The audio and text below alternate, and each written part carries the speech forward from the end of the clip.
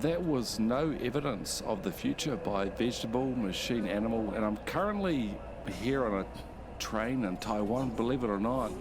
I'm trying to meet up with Kieran. He asked me to come visit him in Taiwan and to talk about his new music.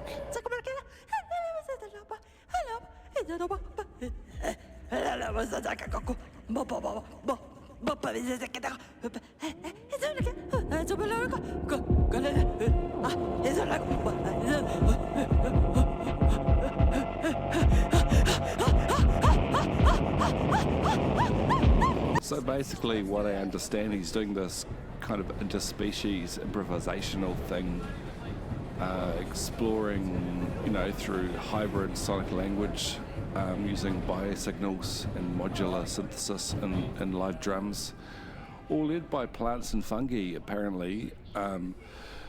Somehow, Kieran has managed to use the kind of the living data from plants and fungi to create voltage through some sort of like medical tool, and then use sensors to activate synths, which he responds to on the drums. I'm really looking forward to this. I think this is my stop.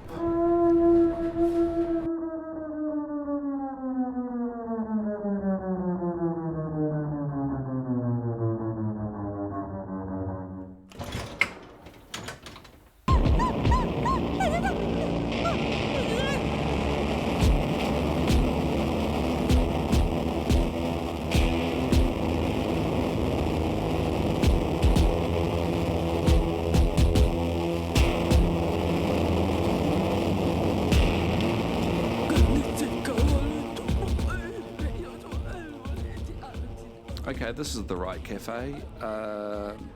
There he is. Hey, Kieran, how are you, man? Hey, yeah, over here. Come on in. Oh, I'm glad to be here. I've got a chair for you. Oh, thanks so much. How you been? Yeah, man, I'm all good. I'm really feeling quite at home in this cafe, though, so come on over, sit down.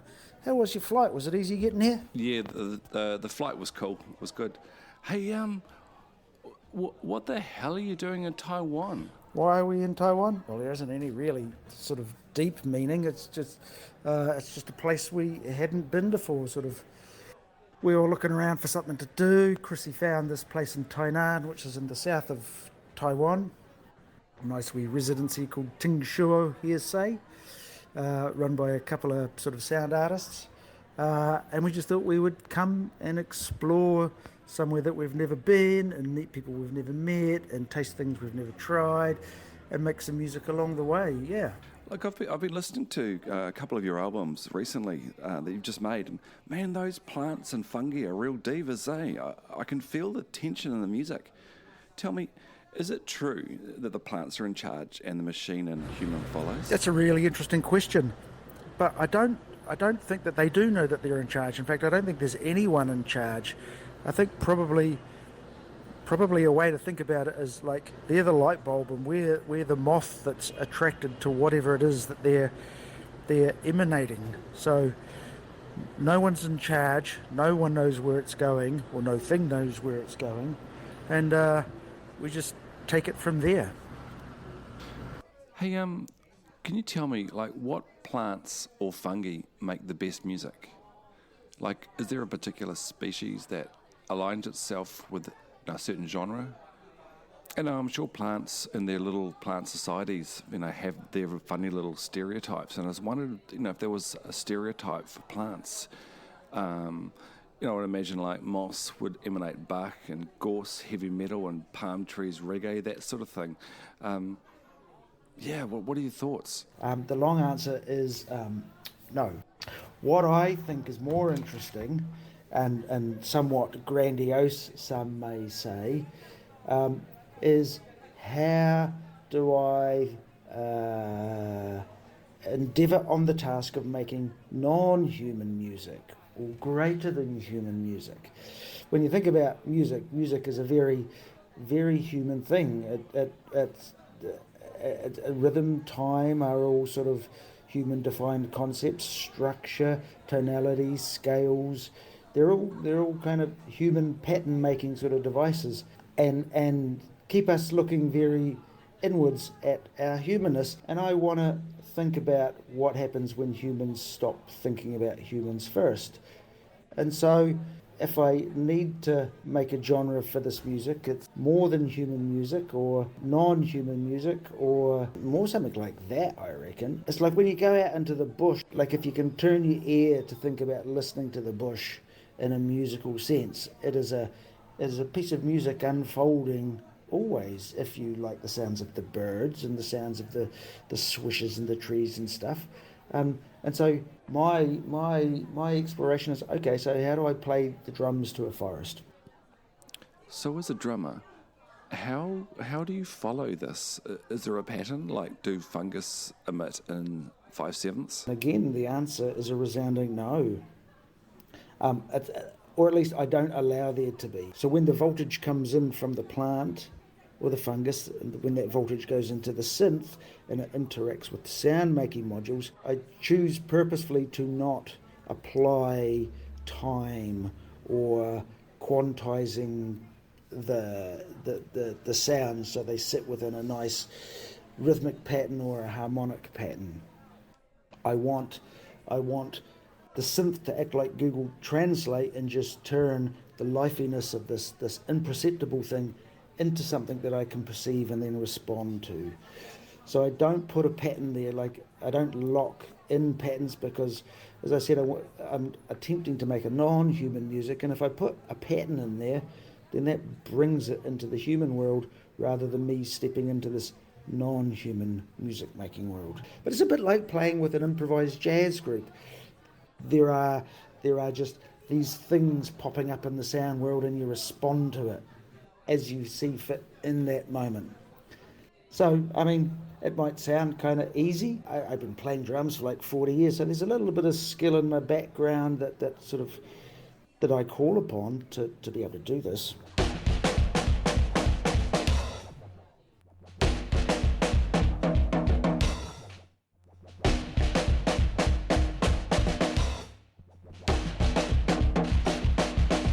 What I love about your music is the interaction between vegetables, machines, and animals. Vegetables and animals have been interacting for millions and millions of years. Machines are a recent addition. So I was wondering, in millions of years from now, as things evolve, who do you think will be dominant? I mean, the fungus can survive almost anything, as long as there's enough moisture in the atmosphere. And plants have been here since before the dinosaurs. And algae, they're the originators of life. But machines, I don't think machines have much hope. I mean, machines do have AI on their side. But AI's, on one side of the viewpoint on AI, it's full dystopian Terminator sort of material, and on the other side of the scale, people are saying like it's blowing, it's it's a bubble. All AI does is make funny videos and memes for social media and dodgy chat engines so you can talk to people. So, to rephrase my question, a million years from now, as things evolve, who do you think will be dominant? Or is it going to be, a beautiful, harmonious balance? Probably the fungi, if anything. They were there at the start of life on Earth. They were some of the first things that formed on the planet, and then later interacted with sort of algal cells and puddles and stuff like that. And then when the mycelium or whatever it was back then interacted with these algal cells, the algae managed to came out of the pond and onto the land. So the symbiotic existence has been almost since the start of life on the planet. Although, if I'm correct in the reading that I've done, like the fungal kind of cells held life on the planet for a long time before the algae came. I don't get my knickers in a twist about the AI thing. I think there's a lot of fucking hot air about that, and it's still unknown, and there's a lot of doomsaying. And you mentioned like this dystopian idea. Here again, I call upon my grandiose behaviour. And so I should have added before on that other question about genre. The other genre I like to call this is anti-dystopian music. I think it's important that the art in the current age, with climate change and genocides and conflicts and the wealth inequalities and the rise of billionaire dragon fuckheads, art needs to make something that doesn't get sucked into the doom of the social media world. Everybody's an expert and everybody can predict what's going on, but nobody has a fucking clue. No arsehole that's ever predicted the end of the world in the past has ever been right. And so I'm of the opinion that why should I believe anyone that says that now? So I'm not fishing for utopia, but I'm actively pointing my waka in the direction of anti-dystopia. And then we will see what comes from that. Will it be a harmonious balance? Well, I don't think a harmonious balance exists. Life is always in a state of tension and conflict and resolve, or equilibrium setting. But the equilibrium is never set. Balance is never achieved. It's always in the process of balancing out. And that's as good as it gets, I reckon.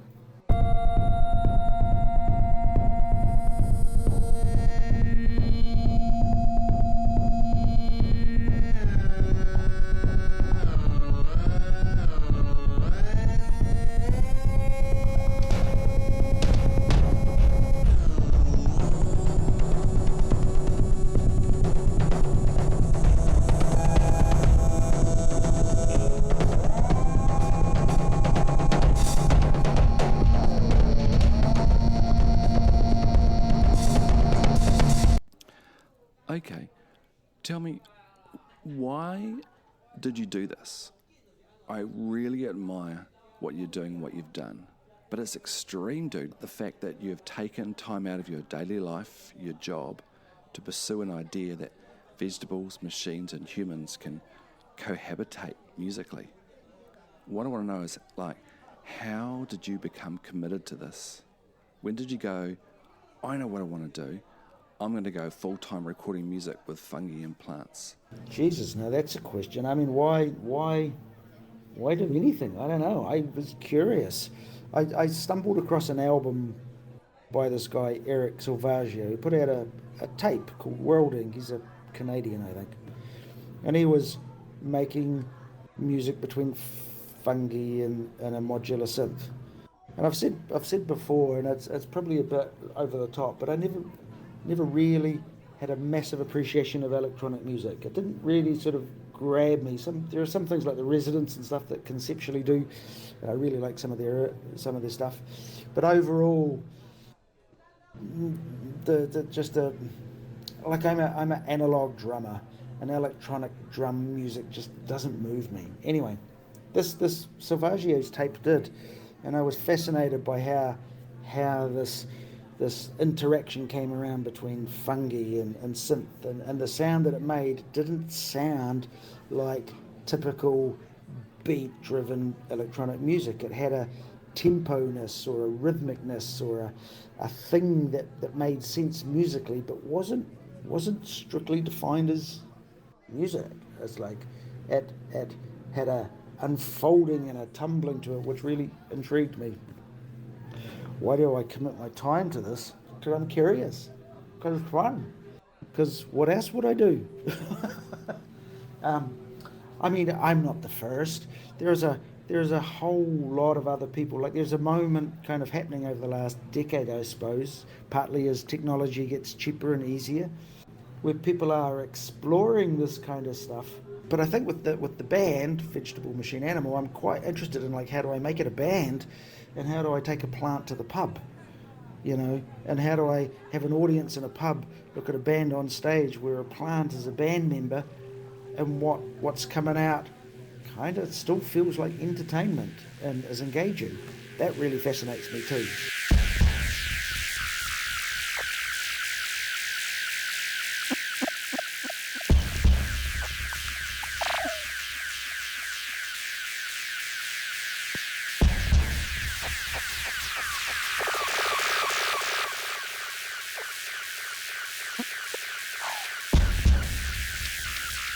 I've been listening, to your music for many, many years now, and one thing I've always noticed is this affinity for, like, strange timings and beats. You've had tours leaning away from the 4/4 of the Western world, and instead you've gone into places like Southeast Asia and Eastern Europe. Do you reckon it was a bit of a segue into the rhythm of plants? Yeah, I don't know. That's an interesting question. I'm not sure about the connection between music I've made in the past in terms of the technicals of it and now. I think the thing that interests me now is that time is human, and I don't think plants and fungi exist in the same time world. For example, when I play with things like lichen, I describe lichen as the tortoise of the plant world. Like, they live real slow, they're electrically really slow, so they interact with the synth in a really peculiarly slow way.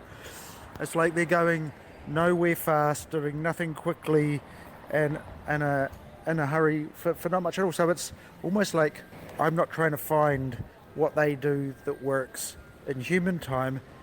I'm becoming a bit more adept at playing in fungi out of time. Hey Kieran, it's been awesome talking to you at this cafe, but it's a little bit awkward. I've actually got to get back to the airport. My flight was super cheap. But before I go, if anyone's listening to this interview, where should they go to listen to your music? Yeah, choice, man. It's been great fun talking with you again. And you get to your flight and all that sort of stuff, and we'll just carry on what we're doing. If people want to check it out, Skirted Records is where we chuck everything up. That's on Insta and on Bandcamp, and we have our own sort of webpage, skirtedrecords.com. And if people want to make contact, that's awesome. If people want to have a listen, that's awesome. We've got some new things coming out soon. So yeah, good luck with your flight. Get home safely, and we'll catch up with you again sometime in the future. Awesome. Cheers.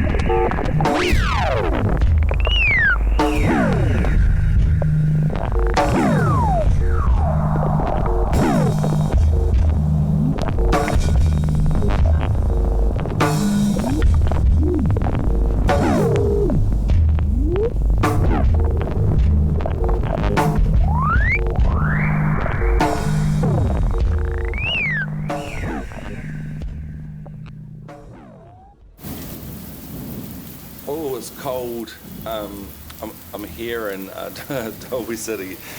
I'm on my way to visit a vegetable communicator, the semi-vegan, semi-clairvoyant, possibly ventriloquist, who apparently can communicate with vegetables. Yeah, their resume says, I'll read it, it says vegetables and plants communicate in a subtle but powerful way. They release chemical signals that warn nearby plants of danger and use underground root and fungal networks to share nutrients and information and send slow electrical impulses to coordinate internal responses. Some can even emit tiny sounds when stressed and respond to vibrations. They have a complex system for sensing and reacting to the environment, a kind of quiet biological language that we all should learn. I'm hoping to learn it today. I've even brought a little plant along. I want to know how it's feeling. It hasn't been doing too well recently, and I thought, like, why not try this person? Might better talk to it and say, help me. What does it need? So I kind of found this person on the web, and I paid online my fee, and they sent me time and GPS coordinates, and here I am, waiting. Okay, there's someone walking this way now. Dill and Dobby. Yeah, are you? Yes. Okay, yeah, I bought a plant.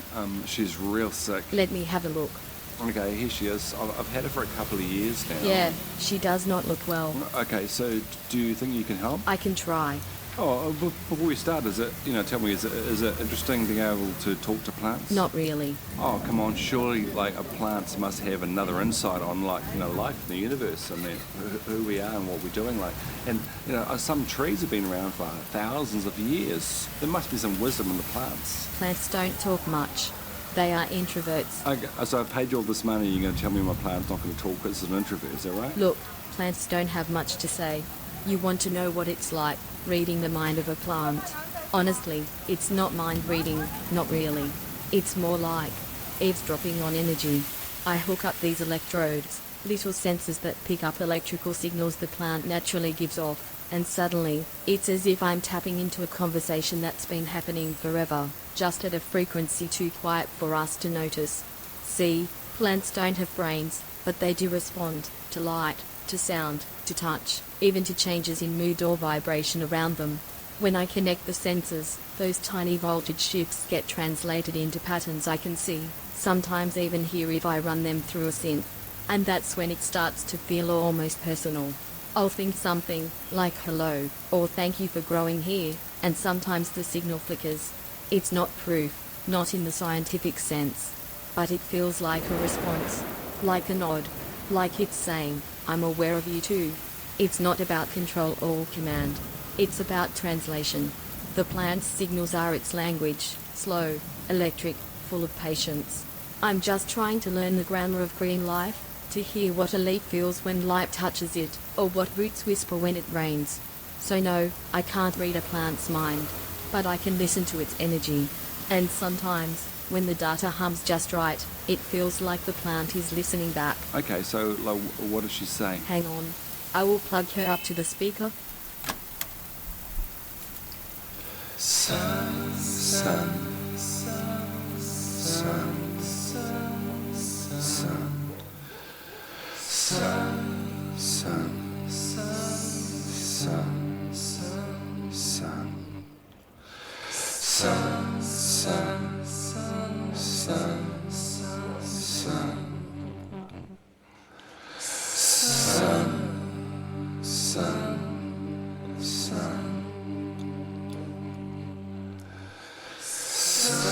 sun, sun, sun,